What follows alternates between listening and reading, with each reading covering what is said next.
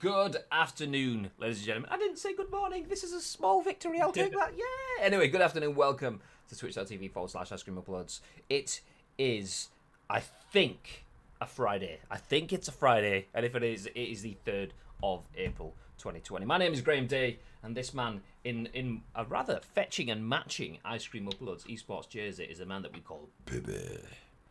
It's funny you should say that, mate, because it looks like you're wearing the exact same one. Oh, I am. What? Completely out of the blue, I might add. We didn't text each other beforehand.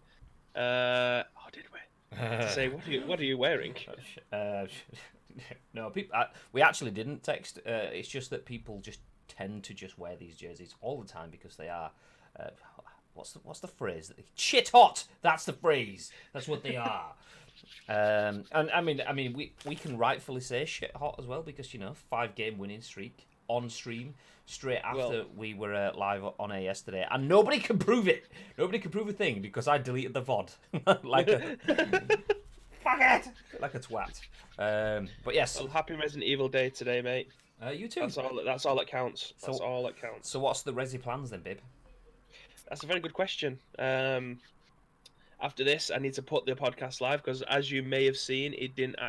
I made them into MP3 formats and everything yesterday, but didn't actually post them till today because it was like 9 o'clock by the time I did it, and I thought a bit late to be able to post a You Can Catch Our podcast that we did 14 hours ago. So that went out this morning. So I'm going to try and get that done as soon as we finish this.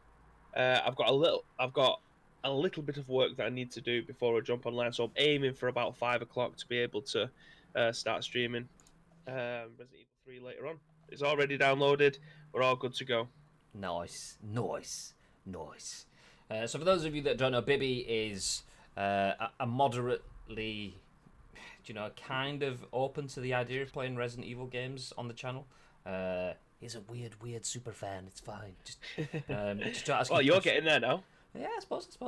I probably will. Actually, not tonight because I have shopping/alcohol quiz sessions with mates tonight, so I probably won't finish it tonight. But there's a good chance that I will finish the second playthrough of Resident 2 this weekend, just in time for me to start Resident Evil 3. Yeah, boy.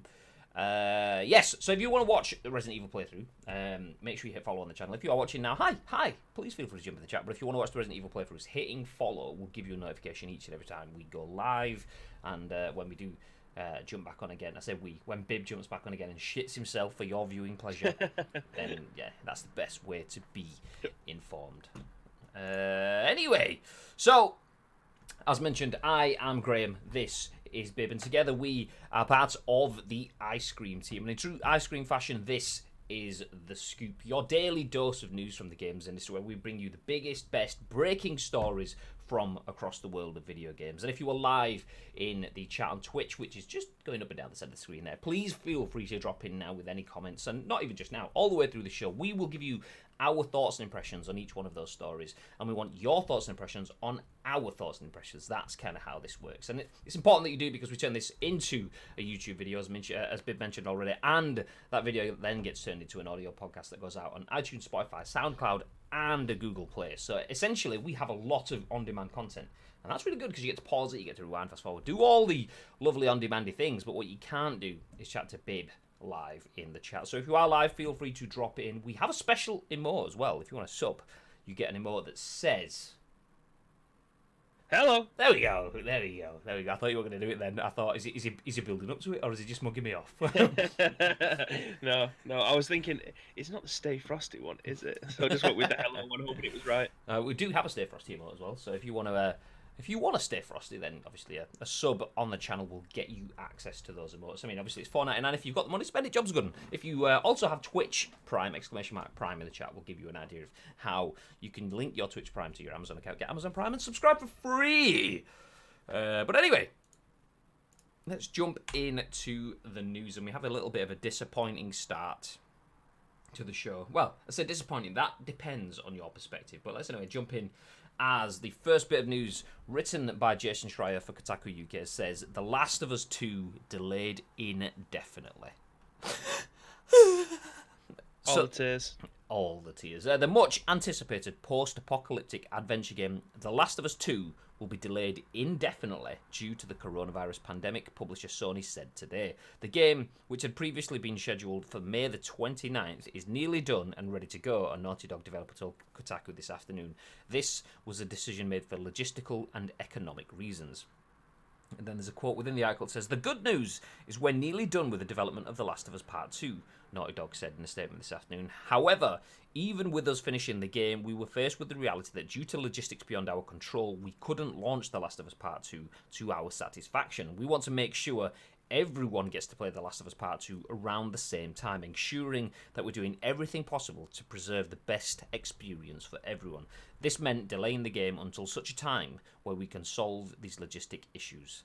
Naughty Dog's employees, like most at video game companies across the world, are currently working from their homes in order to practice self-isolation. A recent Kotaku investigation looked at the culture of crunch around Naughty Dog, irrelevant to the point of the fact that The Last of Us 2 has been delayed. Not surprising, also surprising at the same time. What are your initial thoughts on the fact that Last of Us 2 isn't going to be here on May 29th? I've actually got two. I thought this game would have gone gold by now, if I'm being honest. It was due to come out at the end of the month, was it, or the end of next month? I didn't think it was that far away, so I thought this game would have got scheduled for May 29th. Yeah, so it was next month, the end of next month.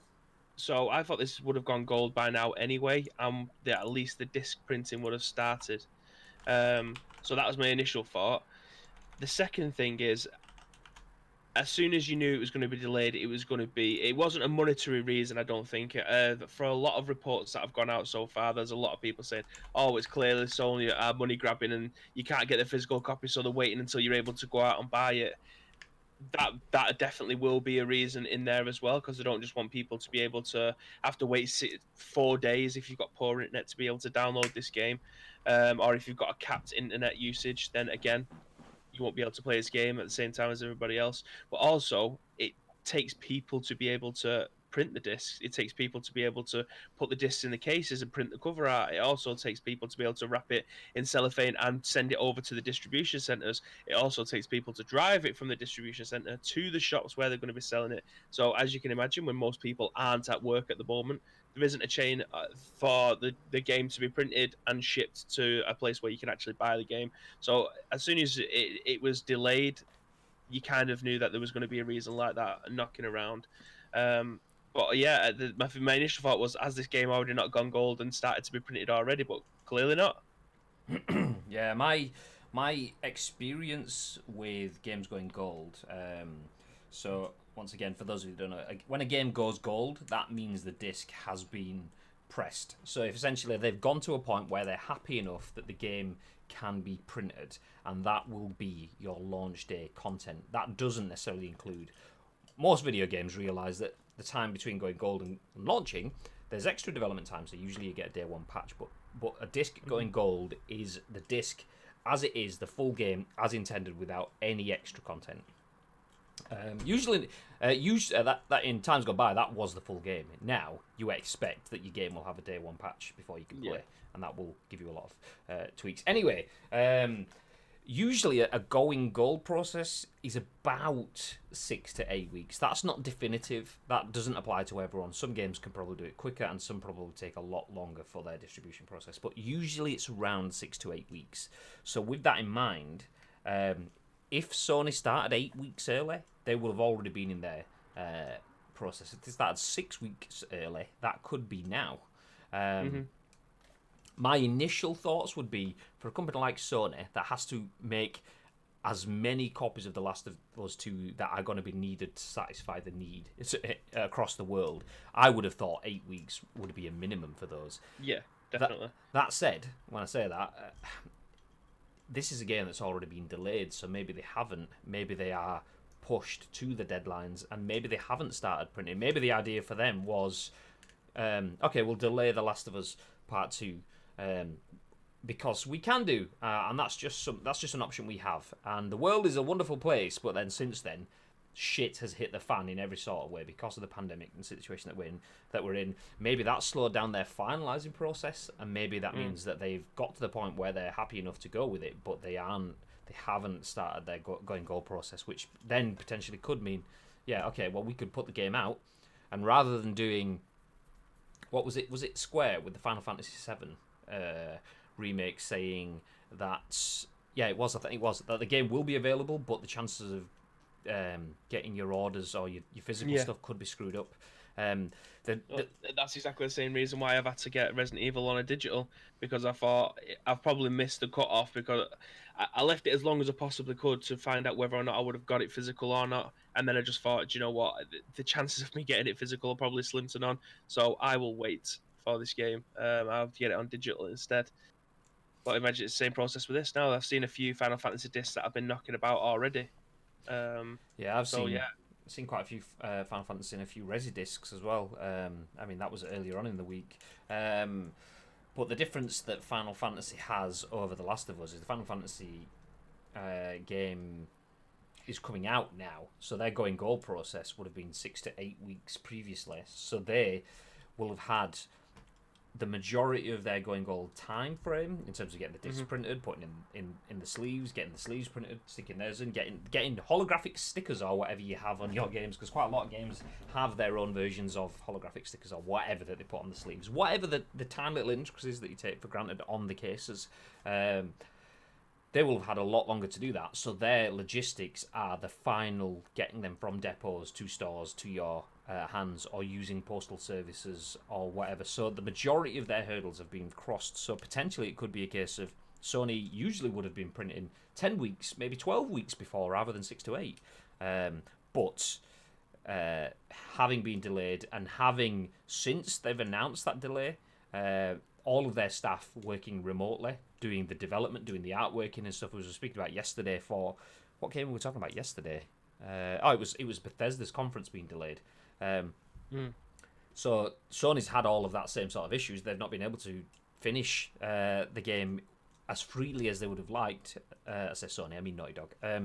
They won't have been able to finish developing the game, neatening it up, doing all the QA stuff as neatly as they would have liked, because everyone will have been working different locations. So that could have slowed things down and put them right up to the point where, if they're just about to just go hit the button on going gold right now, knowing that doing that, and there could potentially be even more restrictions in the pipeline, it kind of makes sense. It kind of makes sense. The reason I say kinda is because I can understand why you would want to do that. For difficulty reasons, you just miss out all the difficulties. You can say, okay, well, we'll just wait until it all calms down. Like me, I went out to go shopping earlier on to do weekly kind of big shop thing for the house. Drove past the supermarket. Tesco's queue was literally it was probably about 400 meters long, and that's not even an over exaggeration. It went from from Tesco to Salford Precinct. It was massive. So I drove around to Aldi, similar sort of thing, and then went past Lidl on the way back, similar sort of thing. Just came home, sacked it off. And my thinking for that is, do you know what? It's a bit of a disaster out there. I'll wait until it quietens down, and maybe that's what they're thinking. However, is it that, or is it a case of, yeah, we'll wait until everyone can spend the money at the same time? I suppose that's what you're saying when you're saying the conspiracy theories of people saying, is it a Sony profitability thing as well? Yeah. I think I don't want to say that they've got the customers. They've got the customers' pockets in their best interest. But I also don't think that they're not releasing it digitally because some people might not be able to play it, or it might take forever. Sony have already started to throttle people's download speed, so if you've already got poor internet, it will reduce it significantly as well. But I mean, that's why you got preload, and I managed to preload Resident Evil ready for its release. Like, I didn't have to wait until it was out for me to be able to preload it.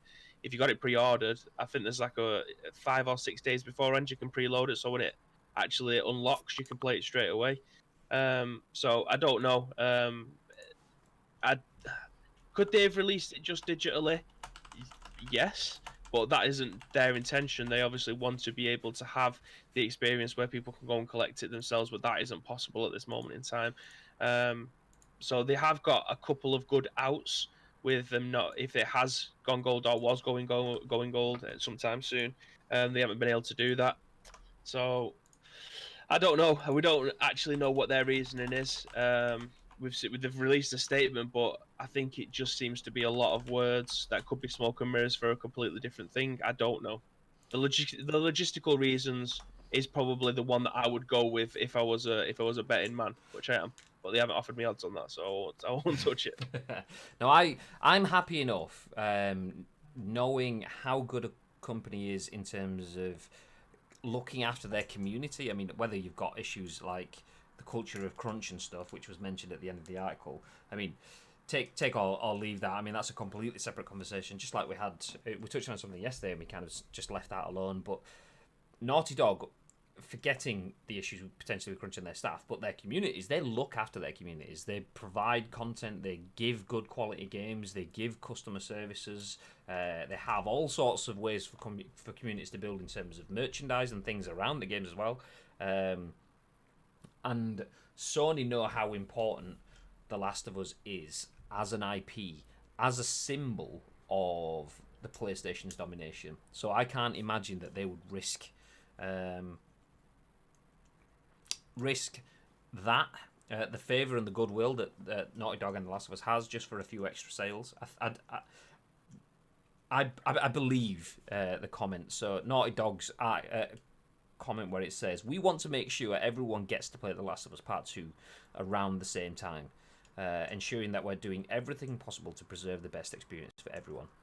I read that as, and maybe I'm blinded. Maybe I am blinded. I am a big The Last of Us fan. The Last of Us is potentially my number one game of all time. So maybe I've got my blinkers on, but I will believe it and say that there could be a huge spoiler in that game. And if you only buy games physically, you don't play digitally, and you've got no opportunity to play that game, you are it's like being sat on Twitter when the season finale of Game of Thrones is on and everyone's talking about it, and you don't want to see it because you've got to wait till you get home to watch it, kind of thing.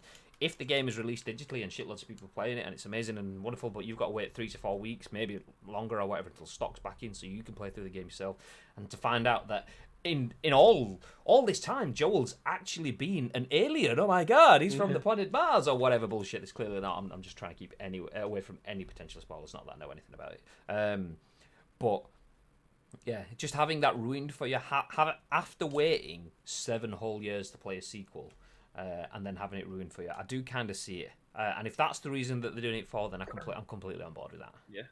Do you think then that that video game publishers still rely on shops to be able to distribute their games rather than solely relying on the digital aspect? Because this is the reason they delayed it, according to them, is for logistical reasons.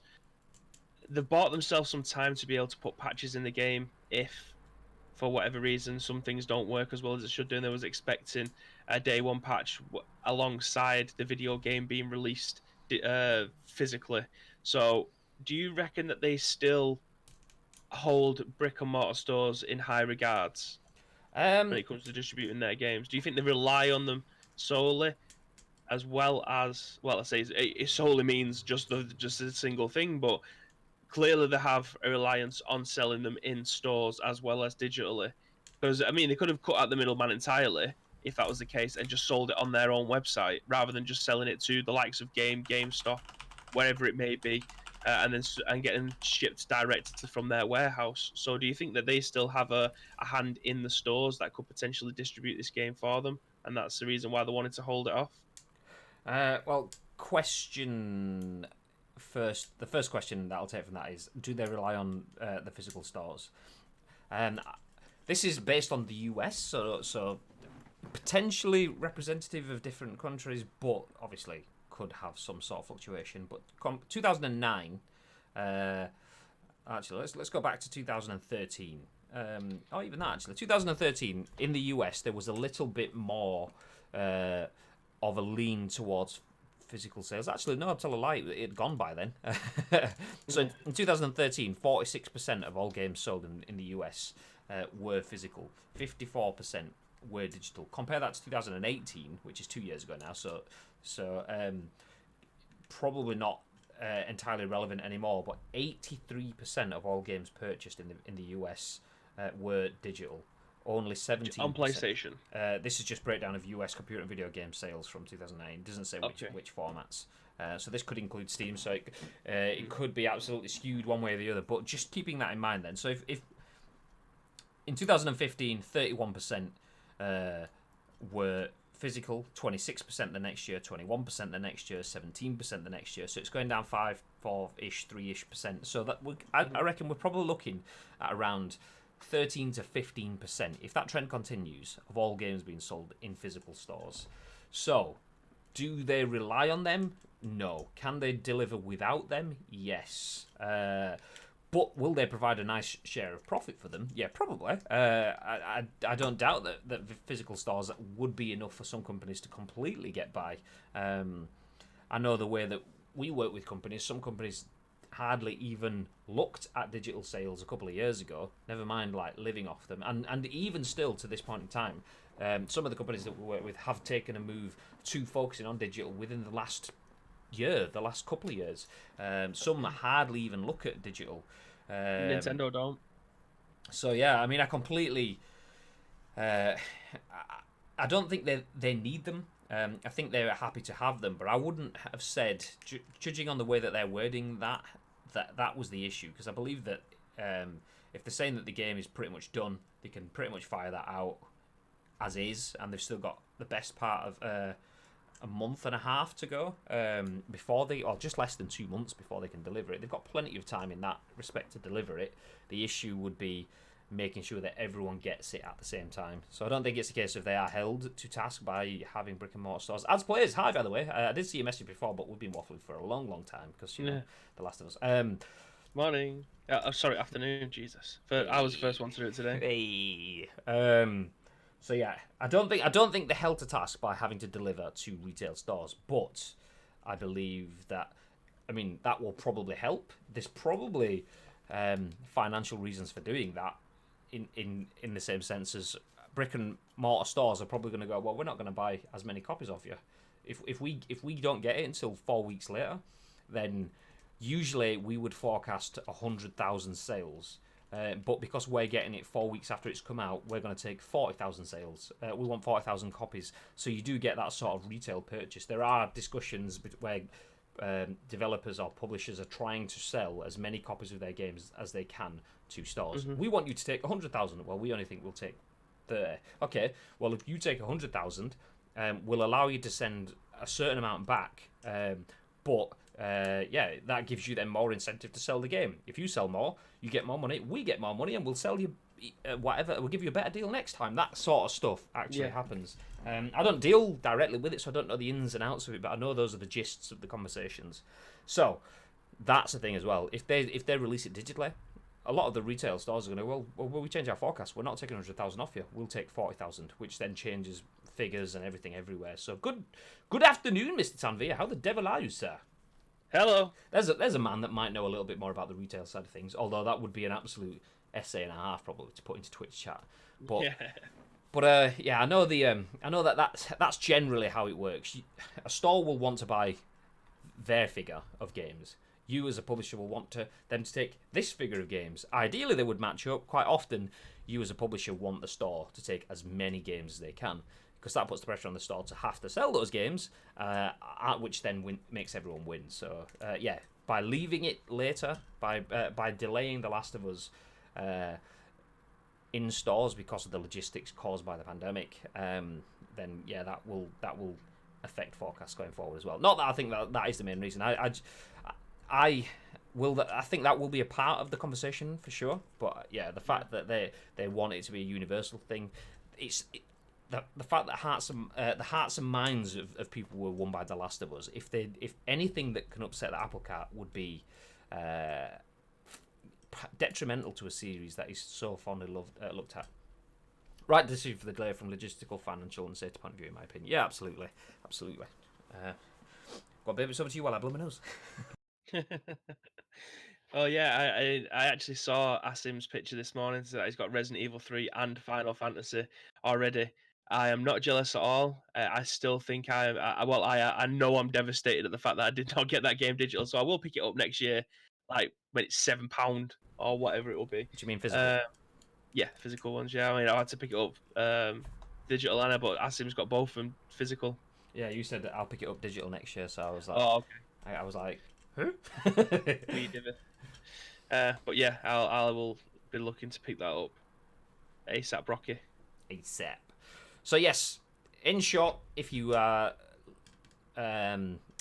unaware of the news and if you just joined in, The Last of Us Part 2 has been delayed indefinitely, with the main reason cited as being, the reason cited being that they want, Naughty Dog wants all of their, they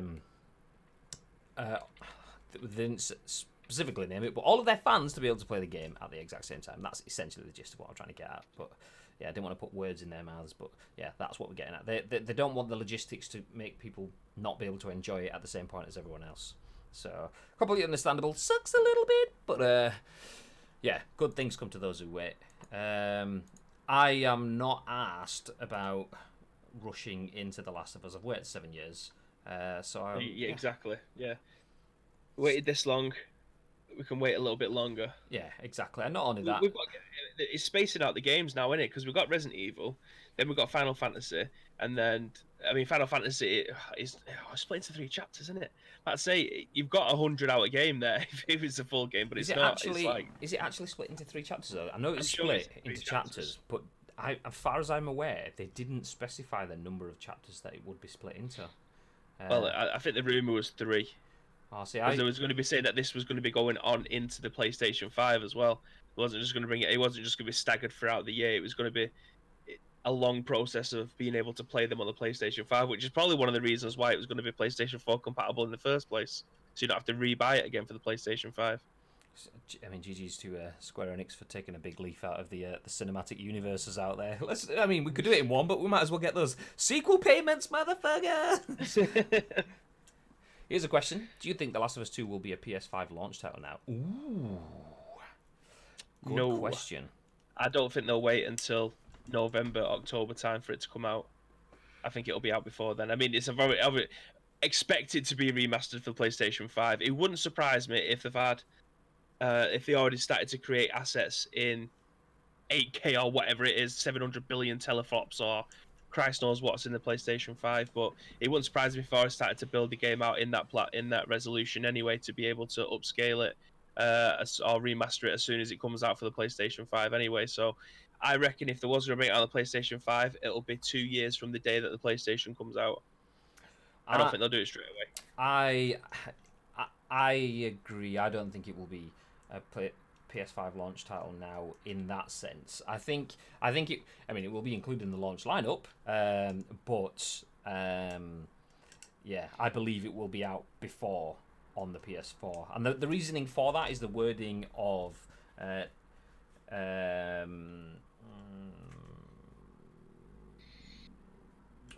trying to find the exact words there, but yeah, basically, the game, which had been previously scheduled for May 29th, is nearly done and ready to go. A Naughty Dog developer told Kotaku this afternoon. The fact that it's nearly done and ready to go, I think they risk that sentiments, that positive sentiment that they have at the moment, that relationship they have with the community. If they hold it now, it's all right holding it because of the logistical side of things. I mean, no game is worth going out with the pandemic and everything like that. They've got a free pass, taking the time for that completely. Everyone will understand. But if they then say, actually, we're going to hold, then that looks like it's a money sort of conversation again, and that will go against that sentiment that they've got. Yes, I agree. Still think it will PS4 to maximise the install base mainly. PS5 remaster will happen, but a year or so later. I mean, I think potentially they could even go with a PS5 at launch and they may have the remaster already in the works, so it could be a launch title. But yeah, I think particularly, I wasn't even touching on the install base, but yeah, absolutely profitability. Releasing it now, then yeah, there's more people that can purchase it right now. If people, particularly after a period of isolation, social distancing, and furloughed workforces, purchasing a brand new console and all the games at launch as well, yeah, you're going to have a much smaller install base than using the PS4, so absolutely. PS4 release with an option to upgrade to a better version of PS5. I wonder if they're going to do... Okay, then throwing it to the chat. Then, what do you guys think? Could you see The Last of Us doing a CD Projekt Red where no game should be purchased more than once? Could you see? You've got it for the PS4. Here it is for the PS5. What? No, because it's a first party title. Interesting. I what? Disaniber? I don't know how to pronounce your name, but yo say car. Okay. Car. Vehicle. Automobile. The Last of Us Part 2 PS5 Definitive Edition. See, I can definitely see something like that. I can definitely see some sort of definitive edition coming along. But yeah, the CD Projekt Red with their curveball for games that cross that multi-generational gap, that changes things. Like in terms of not universal, not across the board. I mean, simply put, a lot of developers wouldn't be able to take that hit financially. CD Projekt Red's Cyberpunk is pretty much just gonna sell. It's gonna sell. Yeah. With the hype train that they've had, even if it's bad, it might. I mean, that might not guarantee for the second one, but this one will sell. So they have almost all their sales guaranteed at this point. They can take that hit. Most games can't. Not that The Last of Us won't sell well at all, but yeah, the main thing for me is what Bibbs said. It's first party and games sell consoles. That's what Sony have used. That's why there is 2-to-1 sales ratio for Sony versus Xbox in this current generation. Games sell consoles. So if you give the game away for free, why would people? I don't know, but then again, people. With the thing with Cyberpunk is they've got 4 chances to sell their game. They've got 4 separate platforms that this will be going out on. Naughty Dog do not have that option. They've just got 1 console, 2 consoles if it gets remastered to a year or 2 down the line. They've got 1 chance to make money off this. I want to say 1 chance. I mean 1 platform as it stands. I don't think they need to be careful as to when they bring this game out. It was always going to be a stacked period of time when it was going to be coming out, but this probably would have been the top tier game. That would have been. I mean, it was fighting it out. I mean, as much as I love Resident Evil, the rest of the world doesn't have the love for it that I do. Final Fantasy and The Last of Us are the 2 biggest games that would have been coming out within 30 days of each other. So it gives themselves a bit of breathing space towards the end of the year, if that's when they were planning on doing it, and it gives them the best chance to be able to sell this game. However, like Cyberpunk, it doesn't have the ability to be able to machine gun it on all 4 platforms and take money from everybody. You get 1 set of people that you can take this money from. Yeah. And that's the PlayStation guys. But it being brought out on the PlayStation 4 makes the most sense because it's the third best-selling console of all time. So it's the biggest install base. Try and make your money that way. If for whatever reason you want to bring a remaster out 2 years down the line, fine. I'm fairly certain you are going to get someone who's going to be able to buy that game again. Maybe if it offers enough of a change. This is rose-tinted glasses. I don't have a 4K monitor in my to be able to play on a place. I don't even have a PS4 Pro, but for me the graphics was different, but wasn't enough. Like, Jesus Christ, my head's been blown off. You know, with the remaster when it came from the PS4 from the PS3. Yeah. So it's interesting to see how much more effort they would have put into a PlayStation 5 version later on down the line. But again, it definitely will be a PlayStation 4 one, and I reckon there will be a quite significant amount of time between both the releases if they are going to bring it out of the PlayStation 5 that they can justify someone else spending £45 on it again, because there is no way that they're going to be able to put it in the console and say pay a difference of £20 to be able to upscale it. They're not going to do that. It's a first party game. If they've got the opportunity to be able to take money at a full price game from you again, they absolutely will. Yeah, I agree. I think I'm the same mindset as you. I can't see. I mean, that's a key point to keep in mind. Look at the biggest and best selling games of all time. The fact that you've got like Minecrafts and you've got Grand Theft Autos and stuff like that. None of those are first party titles. and developers that made first-party title-only games. So there's been conversations about the likes of Metal Gears and things like that. Like, imagine what Metal Gear Solid would have done if that like up to Metal Gear Solid 4 was available across format at launch. Not forgetting the collections and things that have given access to other games and stuff.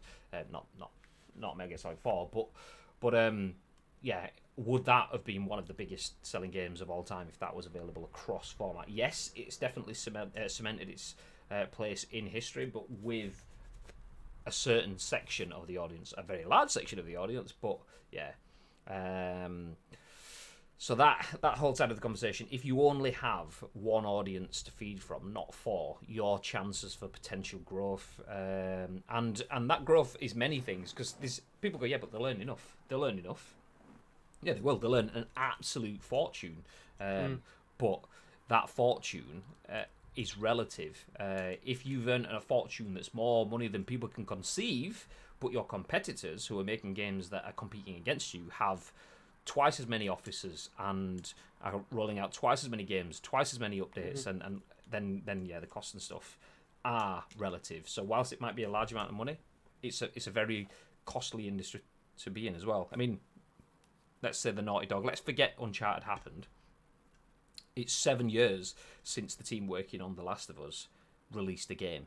So those have to be paid for that 7 years. So yes, obviously Uncharted did happen, and it was a massive success. And then there was what was the sequel? I keep wanting to say The Last Light, but that was infamous. Whatever I did play it as well. The sequel where you play as The Lost Legacy was Lost it? Legacy. That's it.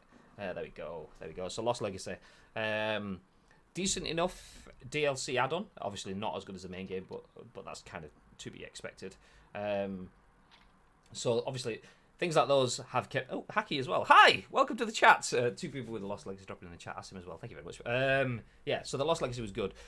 That gives people something to work on. But then after the Lost Legacy, what has that been now? Is that 2 or 3 years? I can't remember how long it is. That's people that have been working 2 or 3 years on sales of games that will be rapidly dwindling. I mean, you'll have a big spike, everyone will buy the game, but then it'll drop off, and you'll have like a long tail of slow sales then. Those people need paying, those officers need staffing, the developers that are working on the new games need paying, so you're essentially taking that hit, and then you recoup it all back at launch. So, yeah, doing that over 2 consoles, I think you're both right, Asim, babe. I think that is the good call. They will sell PS4, hit an audience that demands new content, because we've all been stuck inside for weeks and or months. By the time we get to that point, we want a new game. Everyone will buy it, and then when the PS5 comes out, they may wait until there's a lull in the PS5 content window. So you probably have the likes of Godfall or whatever it was called at launch on the PS5, and a few other games, and then when it starts to drift off a little bit before the next surge, they'll go, oh, and a big beautiful remaster to keep you tied over. So yeah, I think that makes sense. There we go, we've cracked it, ladies and gentlemen. I said we, Bibbs and Asim did, but I just followed. Yes, there we go. It's a team effort. Anyway, let's move on. I'm gonna hide the discussing now. And then Tell you what, this Nivea hand cream, I swear, it's not even a hand cream. Like, Christ knows what it is. One of the ones that you get for Christmas that I've ended up having 14 of them. Nivea Men Creme, face, body, and hands. Jesus. Give us a show you went on screen then. Bow. Hashtag This ad. is no ad. I swear to God, I've never felt so smooth. Hashtag ads, please. In the chat. Anyway, back to the news. Written by Sherif, Saed for VG247. This article says Call of Duty Warzone players can jump into 2 multiplayer maps for free this weekend. There's yet another promotion awaiting players this weekend in Call of Duty Warzone. Activision really wants everyone to play Call of Duty Warzone and Modern Warfare this weekend. The games are not only getting double everything, beginning later today, the publisher is also offering Battle Pass owners 10 whole tiers for free. And if both of these aren't enough, there's one more event kicking off later today with the Reset. Free-to-play Warzone players will be able to jump into traditional Modern Warfare multiplayer just for the weekend. This sadly isn't the full multiplayer package, only a limited playlist. It's called Stocked Up, Lockdown, and it includes 2 maps, Shoot House, which is 6v6, and the recently added Atlas Superstore, which is 10v10. Both maps rotate between the different objective modes as well as Team Deathmatch. That playlist is obviously also available to all owners of the full game of Modern Warfare. Because Warzone players already have access to custom loadout slots, playing this playlist should boost some of their lesser used weapons, not to mention give a nice boost in unlocks thanks to the faster nature of these maps compared to Warzone. The playlist goes live today at 10 AM PT, 1 PM ET, and 6 PM for us in the UK, alongside the Double Everything event. And that's the end of the article. I thought there might be a bit more there, but there we go. and as Asim says, with another 100GB update, probably. Yay! Yeah. Yeah, it's good news for people like me who only have Warzone. I didn't even buy the full game, but they picked the wrong weekend for me to be able to try and get into this game, because the likelihood of me booting up Call of Duty this weekend is about as slim as I am. So yeah, it's just one of them. What a fucking... It's about as slim as I am. Hey! And believe me, I am a fat twat. So yeah, this won't be getting played by me this weekend. I do love a good old team deathmatch in any first-person shooter game, but they just picked the wrong weekend. It's Resident Evil 3 all weekend, exactly, Asim. Do you know what I mean? It's not for me. I do love a good 10v10 though. I'm not going to make time. I ain't making time for this. I'm going to try and complete it at least twice this weekend, Resident Evil. I want to be able 2 playthroughs. I want to do standard, and I want to do hard. Well, I'm going to finish Resident Evil 2, so there. And then I'm going to jump on Resident Evil 3. You're beefy, baby, not fat. You goddamn right he is. You goddamn right. Cuddly. It's horrible, that, isn't it? Oh, it's very cuddly. It just means you're fat. It just being a bit nicer about it. Well, I will belly bounce you, though. Oh, sorry. I forgot what I was typing. I tried to multitask. That was it.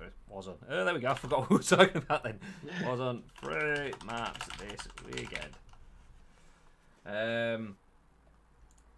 Yeah, it's quite annoying. I mean, I would absolutely love to play Warzone.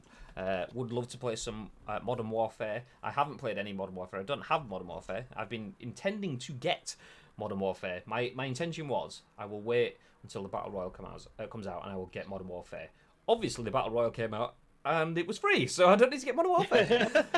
I think it was actually on sale for 36 quid for the game, which is about 15 quid cheaper than it was about 2 weeks ago. So that was the time to pull the trigger, my man, if you wanted to buy it. Anyway. Yeah, well, that's kind of where I hit my conundrum. Is I would like to play it. I would like to play Modern Warfare. I spent 2 years playing Modern Warfare Remastered.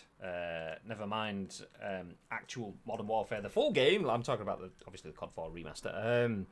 So yeah, I spent 2 years playing that because I love the idea of playing Modern Warfare, and the fact that there's some of those maps that haven't just been remastered. It's a remake. The whole thing is like full HD.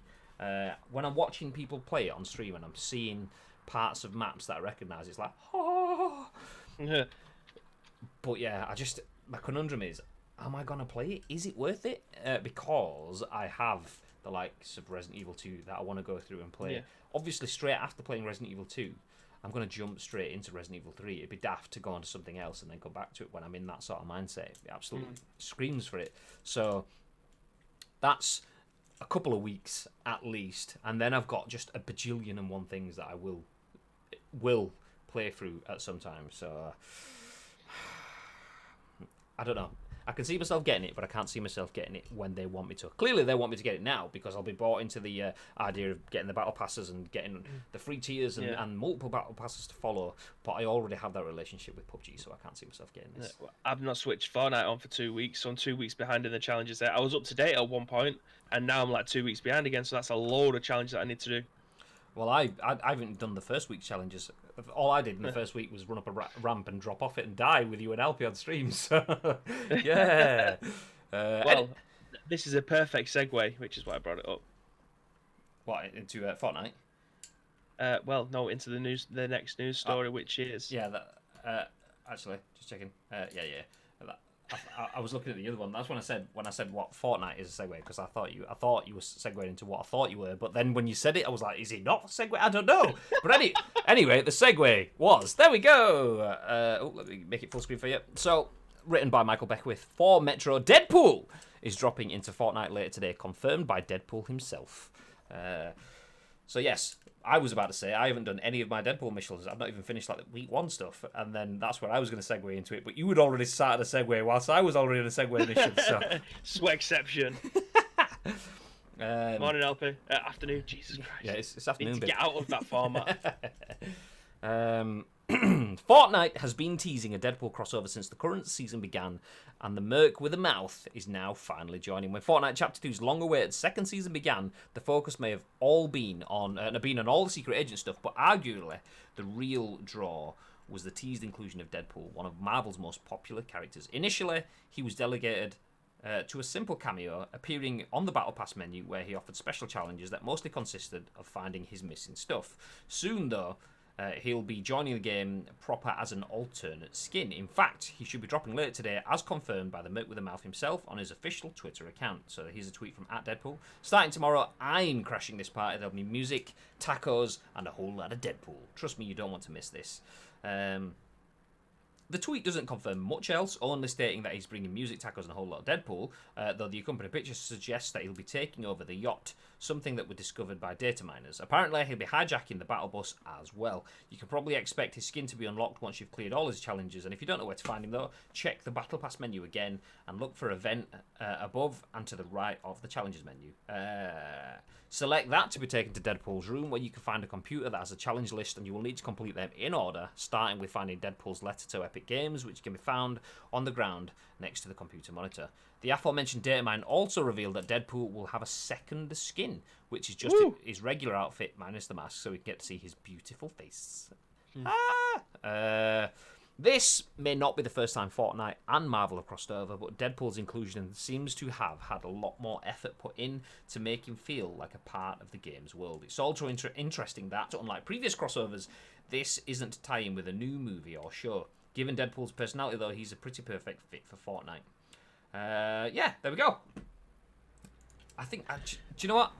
My biggest take from that is the Deadpool's inclusion seems to have had a lot more effort put in to make him feel like a part of the game's world. That's the key thing for me about all of this. Well, it's how though. My initial thought when as you was reading that out was, how could they have made more effort with this than they did when they brought Thanos. Jesus Christ, Thanos, yes, and his gauntlet into the game, because that was a massive part of that game. So, what part is he going to play in this Deadpool? Because he's not going to be. He's just going to be a skin. There's 2 skins to him. That's it. I think that's as far as we know, anyway. Referring to the fact that Thanos came as an LTM, essentially he was there for was it a weekend? I don't even think it was a full week. It could have been a full week. Maybe I just played it a little bit. But yes, essentially the Thanos bit was one person at a time in the game. There was no build up to it. It happened and then it was kind of gone. Whereas this has been included throughout the entire Battle Pass in the launch trailer, and then they've had little cheesy missions which aren't changing the way the game plays, but gives you little side missions to go off and get the stuff. And then that ends with Deadpool being in the game, as opposed to having like John Wick as a skin in the game, but not really doing anything about it. Deadpool, they've put a lot more into actually having a reason for the tie-in, which I kind of like that. It's not just, oh look, money, and then it's in the game. I like the fact that there is a narrative behind it being there. It's just, even if it's just cheesy missions, it's something to play for. Yeah, definitely. It's just another skin, but I probably will never use the skin because everybody's going to be using the skin. Well, I've got Kylo Ren, so as I said before. Yeah. And he's going to be bright red, so you're going to stand out like a sore thumb. Sorry, I'm running around as a dude all in black with a big black cape on a map that's multicoloured, so I get seen everywhere. Yeah. So yeah, okay, I didn't really think that through. But yes, are you going to jump in? Are you going to finish off your Deadpool missions? Absolutely, I will be doing it at some point. Yeah, I mean, I've probably got like another 4 or 5 weeks left of this season, to be able to go through everything. So it probably will be a fight to the last day, like we did to clear the last one. Well, I mean, we Christmas. cleared all the missions, didn't we? Yeah, over Christmas we cleared all the missions, and it was just the stupid ones at the end where it's like have 700,000 kills with a pistol or something like that. It was Stretch the goals extended or whatever ones. they were called. Stretch goals, that was it. Yeah. So when I got to them, I kind of lost interest because it was just that they was boring. There was nothing really to play for. I like the stuff where you need to find certain weapons and find chests and find letters and things like that. Gives a bit more purpose to the game rather than just surviving. Yeah, I agree. That was definitely a better part about it for me. Playing it intensively, and I like that there is that because you can't do that on PUBG. I finished my season pass on PUBG, but that's because I played it every day religiously. You get 3 daily missions. I've done my daily missions. I've done my 8 weekly missions. 8. Done my 8 weekly missions. And I've done that each day and each week until I've got enough points to get myself to a level 100. Now I don't have to play it as much. I'm not going to do the... There is missions where you can unlock skins, but it's so difficult. Like in Fortnite, you've got one map. And if the mission is drop into... I can't think of what's the swamp called? Slurpy Swamp, is it? Let's say that's what it is. So if you've got a mission that's drop into Slurpy Swamp, you just drop into Slurpy Swamp. That's it. Jobs are good. And on PUBG, you'll get a mission and it'll be like, get 5 headshot kills with the QBU gun. And it's like, okay, I can do that. But the QBU is only available on one map. And you can't choose that map. That map is in a circulation of 4 maps. So you've got a 25% chance of getting the map that you want. Then when you land on the map, you have to be able to loot the weapon that you want. And then when you've looted the weapon that you want, you have to be able to get a headshot kill with that weapon. And that's the difference. Fortnite gives you missions that you can tick off. PUBG gives you missions that are grinds. And I'm not a fan of putting an unnecessary grind in. I'll grind to level 100 when I'm getting a guaranteed return. I don't want to grind something where I am literally just rolling the dice. Is it the map I want? No. Okay, well, I'm going to play it anyway. So that's half an hour gone. Yeah. Is it the map I want? No. Okay, that's half an hour gone. Is it the map I want? Oh, yeah. Okay, well, I'm an hour into it, and I've got the map that I want, finally. Am I getting the gun that I want? No. Okay, well, that's 25 minutes gone. So I'm an hour and a half in now. I've played on the map I want once. Do I get it again? No. Do I get it again? Yes, okay. 2.5 hours in-ish, and I finally found the gun, but did I get a headshot kill? No, because he was moving and I sprayed him or whatever. So it's just not fun to the same aspect of if I want to grind a battle pass or a season pass. I do believe Fortnite is a much more superior one. Yeah. Welcome Staffy85, thank you very much for the follow, very much appreciated. Thank you. If you're in the chat as well, feel free to say hello. We are currently talking about Deadpool landing in Fortnite. Yeah. I think that kind of sums it up for me. The battle pass. I like the idea that Deadpool isn't just something that they've thrown in. Okay, Deadpool's there. So in comparison, again, let's use PUBG as another example. PUBG added Harley Quinn and the Joker to PUBG. The 25 sheets, I might add. Yeah, 25 quid, and there was nothing, no narrative, nothing in the game. It was just there, all money spent, not part of a battle pass. Fortnite adds Deadpool, another comic book anti-villain, whatever you want to call it, anti-hero, that's the word. But that's not an additional cost once you've paid for your battle pass. That's part of the battle pass, and then your battle pass could have been, you could be on your 10th battle pass now after paying for one 10 seasons ago. PUBG, you have to pay for your battle pass every season, and then you have to pay separately for the additional skins like the Joker, and it's not integrated to the game. So that shows you that yes, Fortnite, we all kind of say it's a machine, it's a behemoth, it just keeps going, it keeps setting the trends, but they understand. And yes, I know they make all the money in the world anyway, so it's easy to understand and do things like that when you've got all the money and all the audience in the world. But you just can't. Do you reckon that they brought him into the game to try and bring out, drawing an older audience? Because he is. I mean, my Marvel knowledge is poor at the best of times, but is there another Marvel character that's as 18 rated as Deadpool is? Because fair enough, they did bring out the Deadpool Christmas one where it was a PG one, the tone down the blood, the gore, and the swearing and all that stuff. But he is, by definition, an outlaw, shall we say? Is very, very violent, swears a lot, does a lot of bad things. but they won't be bringing that character and personality to this game. Well, it's literally just a skin. I'll be very surprised if they have Ryan Reynolds doing his voiceovers. I think it'd be kind of an opportunity missed if they don't have if they're tweeting from at Deadpool, and it's embedded in Fortnite from season 1. If it doesn't then have Ryan Reynolds' voice, I'd feel it's like a what? Ryan Reynolds is Deadpool. Well, they brought a Deadpool game out, didn't they? And his voice, he didn't voice it. It was actually a really good game as well. But he wasn't the voice of the game. But as for whether he's been brought in, actually, just before that, thank you very much for the follow, Hacky. Very, very much appreciated as well. Thank you very much. Thank you. Yeah, I don't think he's the right one for. I need to clarify this. I don't think he's the right one to pitch to an older audience. I see Deadpool as Grand Theft Auto. You know, it's not for kids, but you know kids enjoy playing it. Yeah. And Deadpool is that kind of character for me. I would see Logan as a more adult oriented Marvel character. Obviously, you can get fairly cheesy Logan in the X-Men films when he's Wolverine with a bit of banter. Yeah, he occasionally sticks the middle finger up with a claw, but that's about it.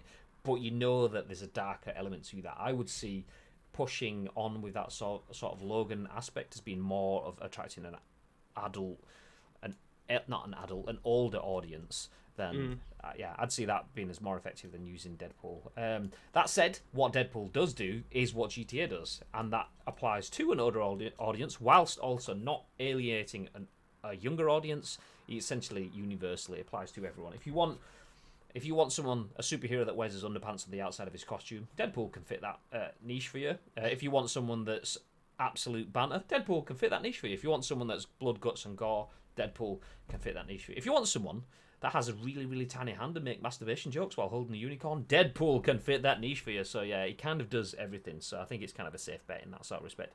It could appeal to an older audience, but it's also not alienating the younger audience that is widely attributed to Fortnite 2. I reckon that's my two penneth. But anyway, let's move forward. And let's hide discussing now. Now into another story. So not as good news. We're talking about many sales and things that Fortnite has. Another game that has a lot of sales, but isn't necessarily as rosy when it comes to everything else around it. This is an article written by Jason Schreier for Kotaku again. It says that sources say, despite huge sales, Borderlands 3's developers are getting stiffed on bonuses. Never a good angle. It is a massive article list, by the way. Let's have a... Damn, that is a big one. Okay, I'll see if we can skim bits of it. So the video game Borderlands 3 was a big sales success when it launched last autumn, according to its publisher 2K, which described it as a billion-dollar global brand. That's why it was shocking to employees at Gearbox, the developer of the game, when the studio's CEO Randy Pitchford told them yesterday that they would not receive the significant royalty bonuses they expected.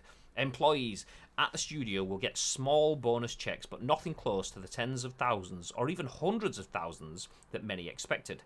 This account is based on conversations with 6 people close to Gearbox, all speaking anonymously because they were not authorised to talk about what happened. Some said it was crushing news that had upended their financial plans for the future. Gearbox, based in the US city of Plano, Texas, offers its employees below-average salaries for the video games industry, according to more than a dozen current and former Gearbox staff who have spoken to Kotaku over the years. To make up for that, the studio offers something unique: profit sharing. Royalties from all of the developers' games are split 60-40, with 60% going back into the company and its owners, while 40% is distributed to employees in the form of quarterly bonuses. This system has been in place since Gearbox's inception, and when the company has big hits, it can be lucrative. When 2012's massive Borderlands 2 came out, many Gearbox workers made enough money to buy houses, a fact that the studio often touted while recruiting new employees. Since then, however, Gearbox has been struggling, failing to find much financial success with flops like Aliens, Colonial Marines, and Battleborn. As a result, quarterly bonuses have been smaller in recent years. In 2020, that was supposed to change. Several Gearbox employees told Kotaku that company management promised them 6-figure bonuses following the launch of Borderlands 3.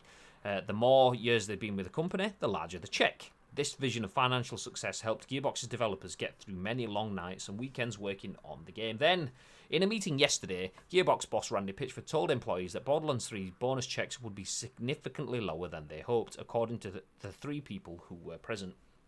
He said the game had been more expensive than expected. The company had grown significantly larger than it had been in the past. It now operates a second studio in Quebec, Canada, and that their sales projections had been off base. The game had sold very well, and then there's a comment in the article that says, "We expect lifetime unit sales to be a record for the series," said Strauss Zelnick, CEO of 2K parent company Take-Two, on an earnings call in February. But it cost way too much to make. One large factor was a technology swap midway through development from the Unreal Engine 3 to Unreal Engine 4, which added a great deal of time to the project. In addition, before Gearbox could receive any royalties from publisher 2K, Borderlands 3 would have to recoup not just the game's entire budget of around $95 million, but also the budget for all of the downloadable content, so a sum closer to $140 million, thanks to a contract the two companies had signed. Pitchford also told Gearbox developers that if they weren't happy with the royalty system, they were welcome to quit. Damn. Oh my god. According to those who were in the meeting, he did not attribute the diminished bonuses to the coronavirus pandemic, which has led to economic uncertainty and pay cuts in many other fields. He did say that he hoped to get more money to employees as an advance from 2K on future royalties. When asked for comment, Gearbox sent over the following statement. Borderlands 3 represents an incredible value to gamers and an incredible achievement by the team at Gearbox Software. Our studio is talent-led and we believe strongly in everyone sharing in profitability. The talent at Gearbox enjoys participation in the upside of our games. To our knowledge, the most general royalty bonus system in AAA. Since this program began, Gearbox has earned over $100 million in royalty bonuses above and beyond traditional compensation. In the most recent pay period, Gearbox Talent enjoyed news that Borderlands 3, having earned revenue exceeding the largest investment ever made by the company into a single video game, had officially become a profitable video game, and the talent at Gearbox that participates in the royalty bonus system has now earned their first royalty bonus on that profit. Additionally, a forecast update was given to the talent at Gearbox that participates in the royalty bonus to set expectations for the coming quarters. Gearbox is a private company that does not issue forward-looking statements to the public, but we do practice transparency within our own family, which is a lot of word salad for saying, yeah, we've earned stuff and we're not telling you what's happening. Cheers, nice. Anyway, let's finish the article. We've gone so far, we might as well finish it off. Last year, former Gearbox lawyer Wade Callender became entangled in an ugly set of lawsuits with the studio. In one suit, he alleged that Pitchford had taken a $12 million bonus in 2016 when development started on Borderlands 3. The bonus did exist, according to two people with knowledge of what happened, but it came out of the company's 60%, not the 40% of the profits that were meant to go to employees. Still, yesterday's news, combined with a word of Pitchford's hefty bonus, has upset a number of Gearbox employees, some of whom say they expect an exodus in the near future. Those who made financial plans based on the expectations set by the company's management may now find themselves in tough spots. Gearbox, which is privately owned, has been seeking to go public, according to two people familiar with the company's plans. It remains to be seen how this news will impact that. Comment in the chat, which is my first takeaway from that, from Mr. Assington says, Pitchford is still getting his mega bonus, though. Mm-hmm. Disgusting. Yep. This is not going to go well for Gearbox at all. It is possibly one of the biggest robberies I think I've probably seen in video games, from a staff point of view, because that is unbelievably disgusting from many different angles. I don't even know where to begin with this one, if I'm being honest, because this could have been a podcast on its own. Yeah. I'm genuinely, when I seen this a couple of days ago, I should have included this yesterday, but with the amount of news that we had yesterday, we definitely wouldn't have had enough time for it. So with it being a little bit lighter, I thought it might have been okay for us to include this one so we can go into it a little bit more. But this is going to be dragged out for so long, and there is going to be so much money being exchanged hands here to either leave the business. These people who have worked hard for the last 5 years to create this game, if not longer, will not just leave the company without having something. There will be unions, there will be court cases, there will be a lot of stuff, especially if Pitchford has taken the amount of that he potentially has done from the top and then not filtered that down to anybody else. it's a disgrace of epic proportions, if I'm being honest. It's ridiculous that one person is taking away a £12 million bonus. That's $100,000 times 10 times 12. So That's before the game even started development, mate. That's not since the game's been sold. That was before the game had even started development. yeah, exactly. So in he's 2016. but What's he taking off the top now? what I'm saying is, like, he's taken, like, say if some employees were expecting a six-figure sum. Let's say a bottom end of six figures is 100,000.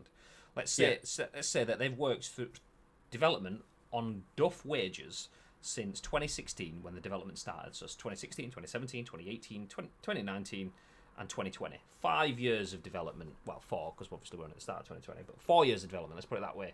Let's say you're working on a crap wage.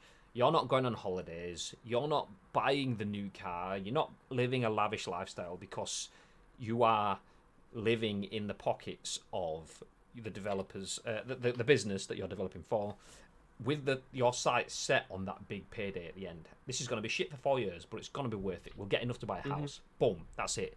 Then we'll do it again for 4 years later, and we'll get enough to buy a car and the college fund, because it's obviously American. The college fund to send our kids to university, plus a holiday for the family. Boom. Okay, 4 years later, boom. And you're working in that sort of fashion. It's like, okay, not everyone would like to work that way. Some people would. And if you want to choose that, it can be lucrative as long as you can make sure that you can survive for the 4 years. Fine. What Randy Pitchford's done then is, if people are waiting for a $100,000 bonus, what he's done is taken 120 times that $100,000 bonus. He's taken 120 different employees' 100 grand salary, taken it for himself when he will already be the highest paid person there. He's ensured that he's got that up front when everyone else is working on a pittance. And then when it comes to the bonuses at the end, oh yeah, we actually didn't earn enough. So yeah, you're getting not what you expected. So you've been scraping the bottom of the barrel. We, as the management team, the ones in charge of the company, we've opened up another studio. We've stretched things. We've got another development team that isn't as profitable as we wanted. So rather than us taking the hit, because we've already been paid, our money's gone. Rather than us taking the hit, you will take the hit for our failings. So not only did I do my job badly, I got paid for it, and I got paid, and you will have to pay for me as well by taking the hit. It's bullshit. I hate stuff like that. It's completely wrong. You can just imagine the conversations that will be going around, that would have been going around the office at the time. It's like, yeah, we might be slightly behind, but don't worry, we'll look after you when it's all done. We've got our sights set on a big pot of gold at the end of the rainbow. Just put in a few more hours here and there. You can go ahead and you can do your 16-hour days, 17-hour days, but just don't forget to come back in about 7 o'clock in the morning. But don't worry, when it's all done, we'll sort you out. We'll take care of you. And then inevitably, the end is there. It's a highly successful game. It sold thousands and thousands and thousands of copies and made millions and millions and millions of pounds. And then inevitably, the people who have probably worked the hardest inevitably get shat on the most. It's a disgrace. It is an absolute disgrace. And the thing is, Gearbox aren't going to be able to get out of this one this easily, because the rest of, I imagine, the video game world, very much like us, we're not in video game development, but we know a bad deal when we see one, and this is an extremely bad deal for everyone involved, barring the people at the top that have managed to scrape a huge chunk of money from it. So yeah, I know that they will go, yeah, actually though, but he got paid out of the 60% that went to the business rather than the 40% that went to the employees. Yeah, but the business have made the cock-up decisions. Yes, there is some stuff that wasn't the business's fault. Having to change the base of the game, so changing from Unreal Engine 3 to Unreal Engine 4, that was something that was a necessity. They could have launched with Unreal Engine 3, but if everyone else is using Unreal Engine 4 and there are tangible benefits that you can see and feel by playing the game, people will revolt against that. So they absolutely had to do that. And yes, that will make things longer, and yes, that will eat into profits. Fair enough, get it. But the fact that they've opened up multiple studios and they are saying that they were stretched and everything beyond that, surely that is a business cost.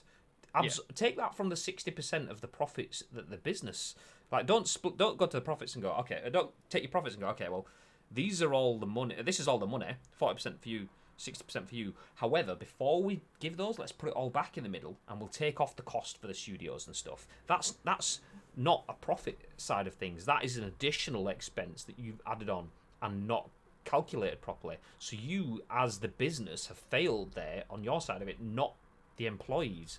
So take it out of that 60%. Don't take it out of 60 and 40%, so it's a nice even share. That's not even at all. The employees don't get to make those decisions. You get to make those decisions. I know that's a romantic way of saying it. I know that's not how business works, but it doesn't have to be. And it's the fact that they've just happily gone, yeah, well, that's just is what it is. I mean, I can't realise any other way to make this work. Let me just actually, is it just this is him flicking through his notes of money at the same time? I mean, I don't know. I just need to wipe my tears on these $100 bills for this. Shut your mouth. Stuff like that. It just gets to me. And I think part of the reason for that is I work for a company that's extremely nice and looks after their employees in every single way that they can. So seeing that there are businesses that are hugely profitable, that make some of the biggest and wide-reaching IPs, and then make stupid decisions and then expect the boots on the ground to be the ones to suck it up when they're sat there with their $12 million paychecks in advance. It's disgusting. Yeah. Very bitter taste. Again, this definitely could have been one that we could have spent the full hour talking about, because it's from top to bottom. It just absolutely stinks.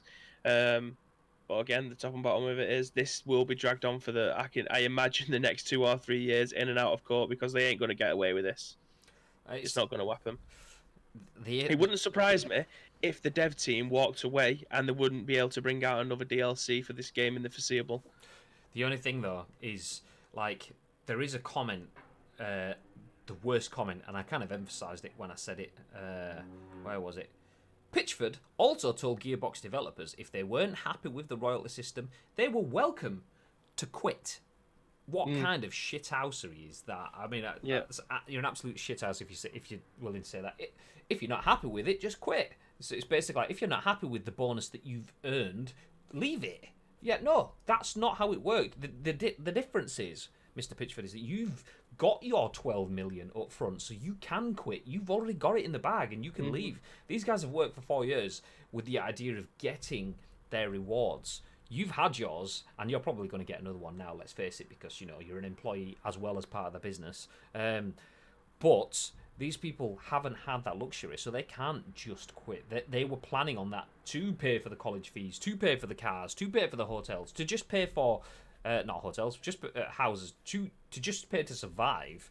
They don't have that luxury that you do, so they can't just turn their back on something, their nest egg that they've been working towards for a full 4 years. It's not that. Nah, mate. Nah. It's at the very end of their statement that they put as well. It was like Gearbox is a private company that does not issue forward-looking statements to the public, but we do practice transparency within our own family. Nah, mate. Don't chuck in the word family there to try and make it sound like it's a really nice place to be, because clearly it really isn't.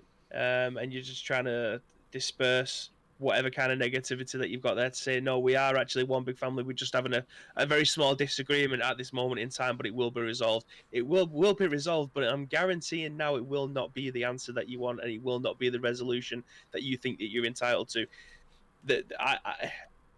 The people that are involved in this, the employees, are going to be the ones that win this. I can't see it being any other way. That might just be me being extremely naive, but it already feels like from reading this by Jason Schreier that the writing's on the wall for them. You know what I mean? It feels like a slam dunk in their favour, but there'll be evidence against the employees as well that will just come out of absolutely nowhere to say actually they didn't work as hard as they probably could have done. It's their fault that they're taking a little bit longer than it should have done. That it was their fault why we're having to put so much more into this because they was doing something wrong down the line. They will inevitably try and turn that tide against the people that will potentially bring in this masterpiece, shall we say. I haven't played this one. I am a big Borderlands fan. I still haven't played this one, but the money speaks for itself for it to be a masterpiece. It's it's not going to end well for Gearbox in that respect. And Mr. Pitchfork himself. What? Andy Pitchfork? The my worry with, like you say, maybe it's just a bit romantic. My worry with that is the bit where it says former Gearbox lawyer Wade Callender became entangled in an ugly set of lawsuits when he with the studio, and that was him alleging that Pitchford took that bonus in 2016. So if that's been ongoing for a while, which it has been, and it's still going on now, maybe it's not something that's going to end with a happy ending anyway, in that sort of sense, because developers need to develop to provide for their family. So are they getting away with it because they've got people that live there that have to work, which is shit. If it is, it's basically slave labor. If you it's not. It won't exactly be the most atmospheric department in the entire floor, will it? No. Jumping back to your comment as well, we do practice transparency within our own family. Okay, let's pull that apart. Family, Bibby's already touched on. Family is a nice word that you put into your press release to make sure that you're all one harmonious equilibrium where everyone works together to benefit each other. Okay, well, if you're getting 120 times the salary bonus that one of the developers should have got but didn't get, then your harmony isn't quite balanced. And the other side, the other word that strikes me there is practice. We practice transparency within our family. Okay, that's fine. I practice healthy eating, but just because I practice it doesn't mean it happens. I practice healthy eating when it suits me, but when there's a big dirty burger on the loose, then healthy eating's gone. What an analogy.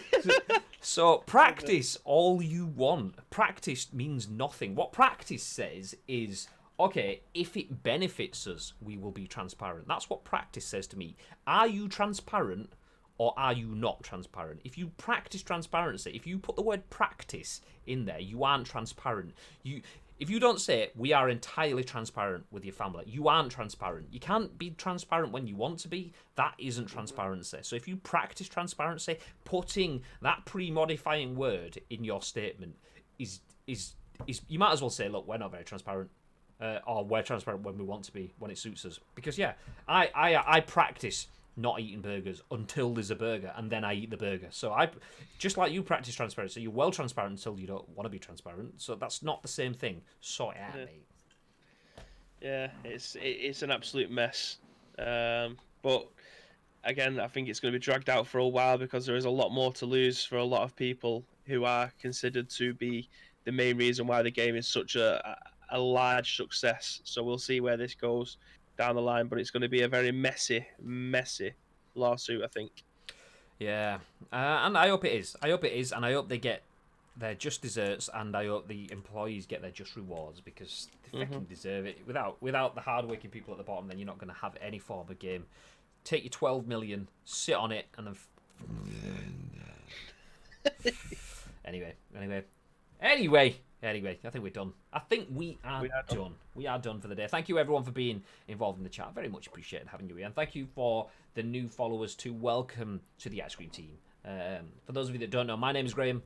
This is Baby. We go live, and this is where I would usually say that we go live at 10 a.m. each and every single weekday. But because of the current pandemic, things have changed. So for the last 3 days, we've been going live at 2 p.m. in the afternoon, which is why... I haven't done it yet today, there's still time, but which is why we keep saying good morning when it's not the morning. It's absolutely the afternoon. We're just stuck in a rut and we can't get out of it. But yes, we usually go live at 10 a.m. For now, we're going live at 2 p.m. each and every single weekday on twitch.tv/Ice Cream Uploads. Hitting the follow button, as Staffy and Hacky just did, will get you notified each and every time that we go live, as well as doing the Scoop, which is a daily talk show, a week daily talk show. We also have additional gameplay streams too. Me and Bib yesterday absolutely tore it up on PES 2020. 5-game winning streak live on stream, so pow. But as well as that, we also do some pretty sexy and some pretty scary single player playthroughs as well. Bibby will be playing his way through the brand new, just released Resident Evil 3 on the channel as well. So if you want to see some Resi content, tell your friends, bring everyone in, grab a biscuit, sit down, love. And the reason I say biscuit is because I've got a clean pair of shorts, big fuck off jar of biscuits. But yeah, absolutely, the shorts I need. Do you know what? You don't need the shorts. What you need is tissues, and it's not for any wiping up. It's for the absolute tears when Bibby runs into something that he doesn't expect. It's definitely worth a watch. But anyway, that is it. Like I say, do hit the follow button because you will be notified when Bibby goes live with his stream. Some point today, is that right, Bib? 5 p.m. I've scheduled it in for. Ah, there we go. So yeah, like not even that long to wait. 1.5 hours, 90 minutes to go off, get yourself settled, close the curtains, and prepare to be terrified. But anyway, before we disappear, anything you want to add, Bib? Yes, as always, if you do see anything knocking around the video game hemisphere, i.e. your favourite social media, then do feel free to add your thoughts. Tag in, we've got Rubinho at Graham_Day, and of course, at Ice Cream Uploads. Into your thoughts, we'll take your thoughts and impressions, add our thoughts and impressions, and include it in the very next show, which will be 2 p.m. now on Monday. Yeah. Get them right. Get them right. See that? What Kangaroo Dog's just done in the chat there? He's used our exclusive emotes. If you sub to the channel, !Prime, we'll give you the ability to do that. I'll do that for you now, !Prime. There you go. You don't even have to spend any money. Amazon Prime will let you subscribe to the channel for free. You get access to the GGWP emote, as well as the Let's Goes and the what does your one go like, Bib? How do we say it? Hello. There we go. And as well as that, there is one other emote, which is, if you've got it, you might as well use it at the end of the show, because that is how we sign off, and that is how we are going to sign off right now. Have yourselves a lovely day. Come back in 90 minutes for the Resident Evil 3 playthrough. And until then, stay frosty.